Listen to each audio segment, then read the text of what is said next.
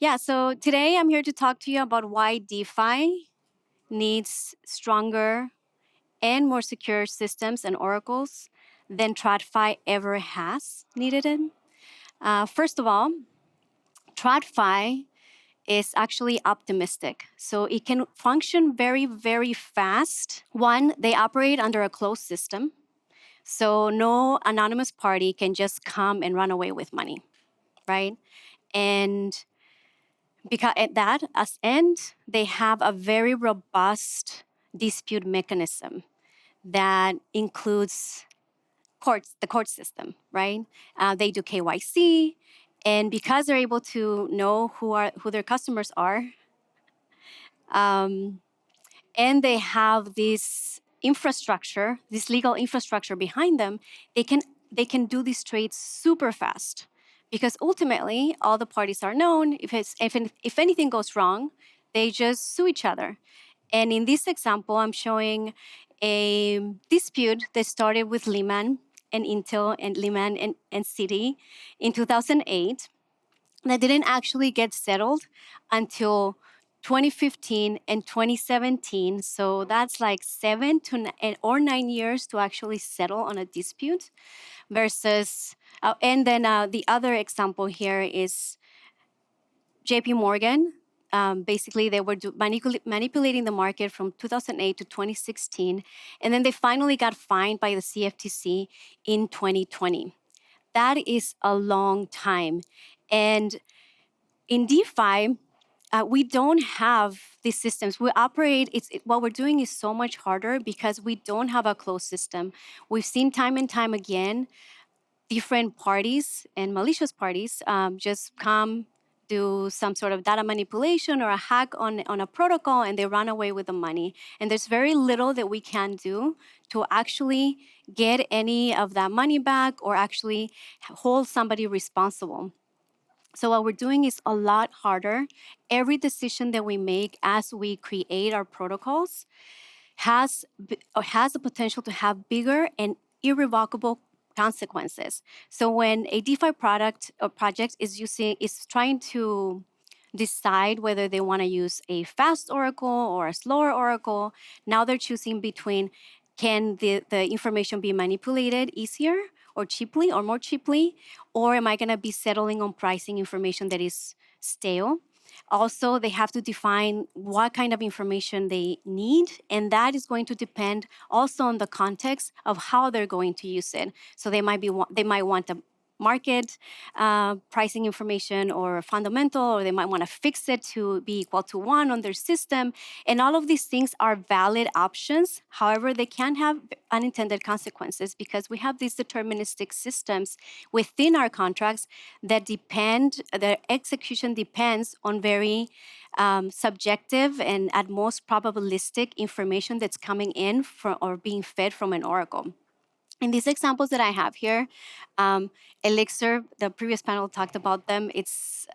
There was a lot of things that went wrong with this example, but Elixir, in May 2025, they had this breakdown, this hack where this person or whatever, this bot, did a transaction that on a curve pool with really low liquidity for 210K. And that was enough to move the VWAP. And because it changed the price, even with one pool with low liquidity, changed the VWAP. Okay, so they had a more robust definition, but it was such low liquidity that it made a huge impact, and it was immediately relayed to Avalanche, to Euler, and at that point there were liquidations of over $500,000. And so they didn't do anything wrong. They chose to have a fast oracle. The fast oracle picked up the price. Unfortunately, their source or one of their sources had really low liquidity. Something similar happened with Athena and Binance earlier this month, where if Binance decided to use their own order book with really low liquidity and basically single source oracle to get information about what was happening in the entire ecosystem of Athena. Athena cruised through the whole, I guess we got like 20 billion wiped out of crypto on that Friday, and they were able to rebound very quickly. The majority of the rest of their ecosystem were able to do redemptions and minting, and they were able to rebalance quite quickly. They also had more than one source as their oracle, so they were able to fare much better. So this was very isolated, and these two are two problems that basically involved using one oracle with very low liquidity. And one of them wasn't even talking to the rest of the stuff, and the other one just talked too fast to the other system. And then Elixir, which is what now it's defunct. This was really interesting because here they had a problem where them getting a market price affected or had an unintended effect on their Euler system market. And then they had a different unintended effect. They went, Morpho, Euler, and Elixir actually had fixed XUSD to 1.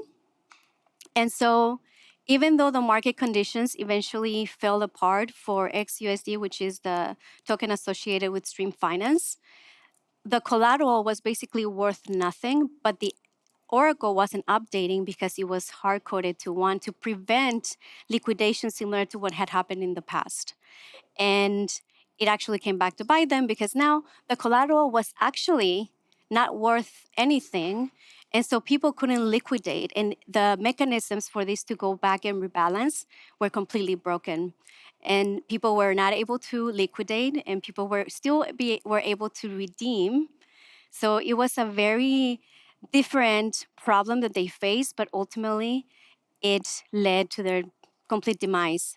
Moonwell, on the other hand, this one I've been trying to find a good postmortem, but basically between the oracle or the calculation that they did, they overvalued their collateral by so much that they ended up lending way too much money, and they ended up losing about $1 million.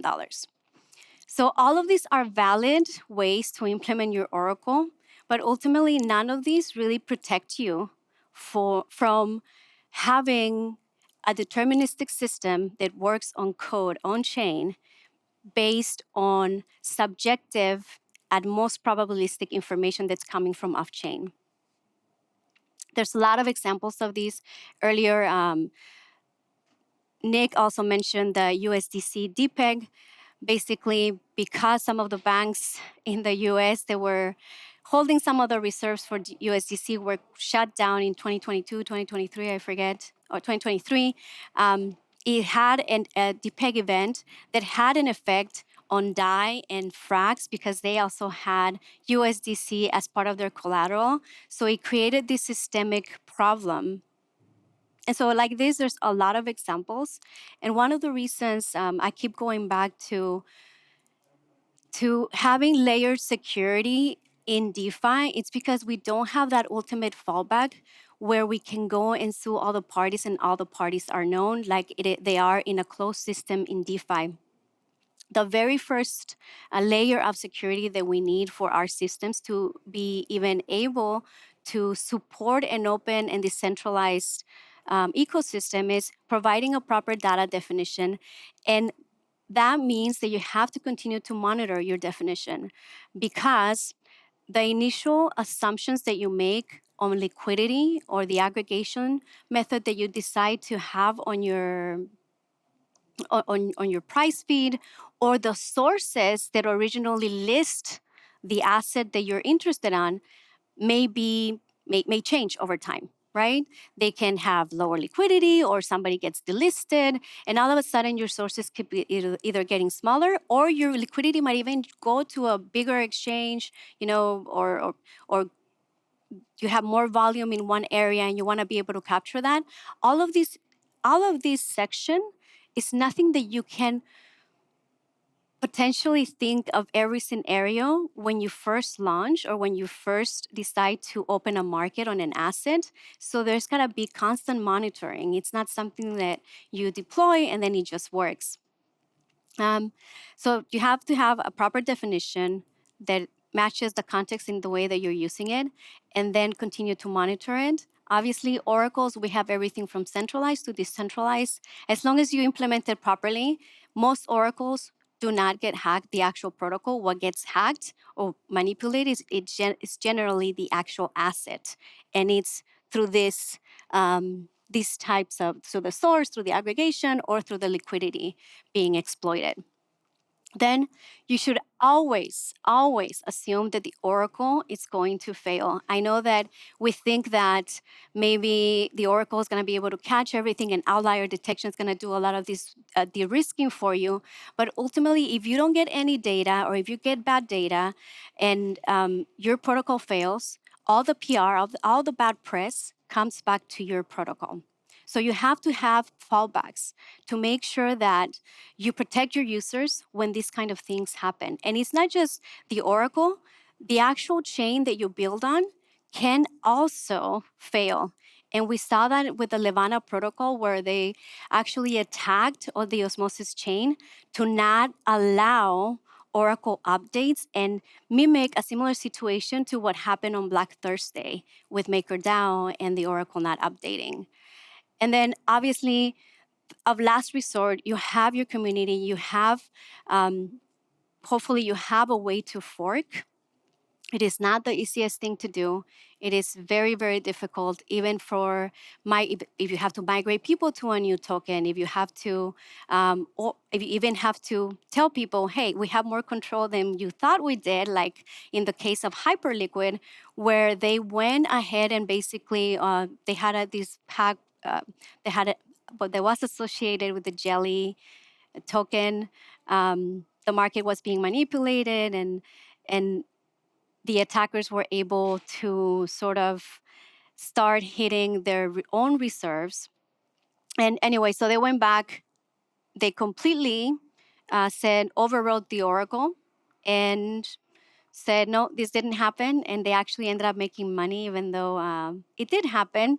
So now they have this issue with credible neutrality and control. And it's very difficult to balance it between your fallbacks, having proper fallbacks, and having a secure system and being able to say that you're decentralized. But ultimately, it's all this to say that TradFi is optimistic and they have very robust dispute mechanisms that make them or that allow them this luxury.